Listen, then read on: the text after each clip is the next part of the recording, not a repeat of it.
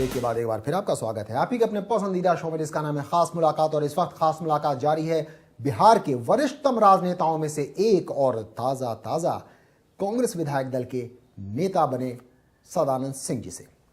सदानंद सिंह जी, बहुत ही एक रोचक दास्तान ये है कि आपके लंबे राजनीतिक सफर में भले ही आज आप कांग्रेस के विधायक दल के नेता हैं, लेकिन शायद ही कोई और बड़े नेता होंगे जिनसे आपके निकट के संबंध नहीं है। बल्कि लालू जी के समय तो आप स्पीकर थे, और उस समय तो एक ऐसा दौर था लालू जी, नीतीश जी, पासवान जी सब एक ही साथ हुआ करते थे। लालू जी तो राजनीति में हमारे बहुत बाद आए। जी। लालू जी से छोटे भाई का रिश्ता था। नीतीश जी भी उसके बहुत बाद आए हैं। तो ये लोग तो छोटे भाई के सदृश हैं। राजनीति में ये लोग बहुत ऊपर चले गए, ये ठीक है, क्षेत्रीय पार्टी के कारण, और फिर कुछ सामाजिक समीकरण इस तरह का हो गया। चलिए, कोई बात नहीं है, हम जहाँ हैं ठीक है, बहुत ठीक है। तो लेकिन आपसे ये जानना चाहेंगे, जैसे आपके दोनों छोटे भाई लोग बहुत तरक्की कर रहे हैं, एक मुख्यमंत्री रह चुके हैं, 10-15 साल तक उन्होंने राज किया, आपको भी बहुत इज्जत दी, उन्हीं के समय में आपको विधानसभा का स्पीकर बनाया गया। अभी आपके एक छोटे भाई हैं, वो भी बिहार के मुख्यमंत्री हैं। तो ये दोनों छोटे भाइयों की तुलना में आपके नजर से करना चाहूंगा, आपके मुताबिक नीतीश जी और लालू जी दोनों को आपने बड़े नजदीक से देखा है, क्या फर्क है, क्या समानता है? देखिए, ये लालू जी शुरुआती दौर में जिस तरह से राजनीति में आए, तो यह जरूर लगा कि गरीबों के हितकारी हैं और समाज के दबे कुचले लोगों की आवाज़ है। 2 वर्षों तक उनका कार्यकाल उस तरह से रहा। बाद में उनके विचार में जो परिवर्तन आया, यही उनके अवनति का कारण बना।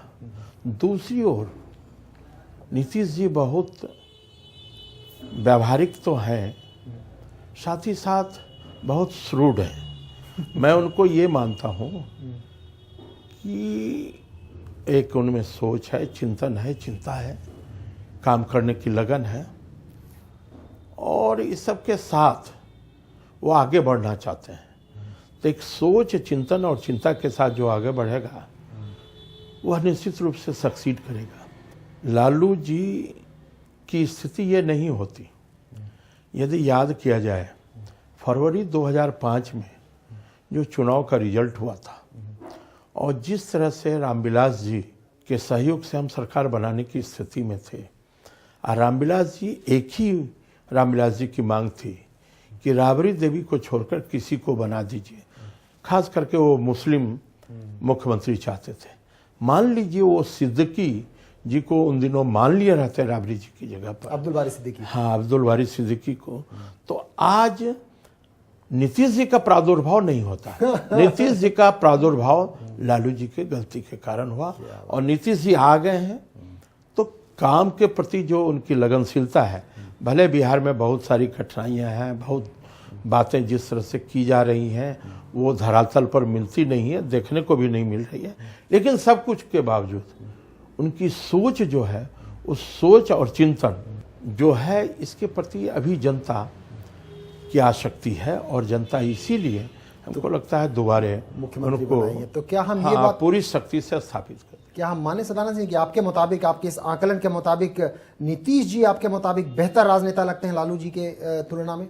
हम इस तरह से नहीं करेंगे कि तुलना में, अब तुलनात्मक बात नहीं करनी चाहिए, लेकिन लालू जी का पराभव नहीं होता यदि वो जिद पर नहीं रहते, अगर जिद नहीं छोड़ेंगे और लालू जी, फिर विकास के कार्यों के प्रति यदि वो वचनबद्ध रहते, कटिबद्ध रहते, प्रतिबद्धता रहती उनकी, तो आज सत्ता से उनको हटाने की शक्ति किन्हीं में नहीं थी। जी, लेकिन नीतीश जी अभी सत्ता में हैं, बड़े मजबूती के साथ हैं, जैसा आपने कहा कि कुछ उनकी सोच है जिसके कारण उन्हें जनता ने दोबारा मुख्यमंत्री बनाया नीतीश जी को।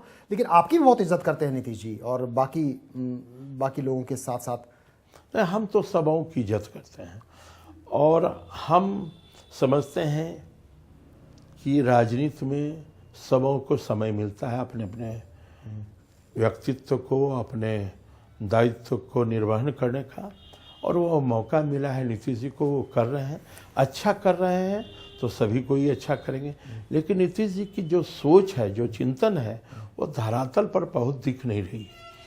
5 वर्षों में जिस तरह के नीतीश जी के कार्यकाल में बिजली की पैदावार 1 मेगावाट भी नहीं बढ़ पाई बिहार में इनके कार्यकाल में, उसी तरह सिंचाई की क्षमता सृजित नहीं हो पाई, कृषि और कृषि आधारित उद्योग नहीं लग पाए, तो बहुत जो विकास की बातें ये कर रहे हैं धरातल पर वो दिख नहीं रहा है। तो अगर आप सकारात्मक विपक्ष के तौर पर सहयोग करने को तैयार हैं इन रास्ते पर, अगर वो विकास करें तो? नहीं, हमने तो पिछले सत्र में जो प्रारंभिक सत्र था, प्रारंभिक सत्र में राज्यपाल जी के अभिभाषण पर हमने खुद कहा था भाषण में कि यो मेरी संख्या 4 है, हम आपका कुछ बिगाड़ नहीं सकते। लेकिन कांग्रेस की नीति रही है देश के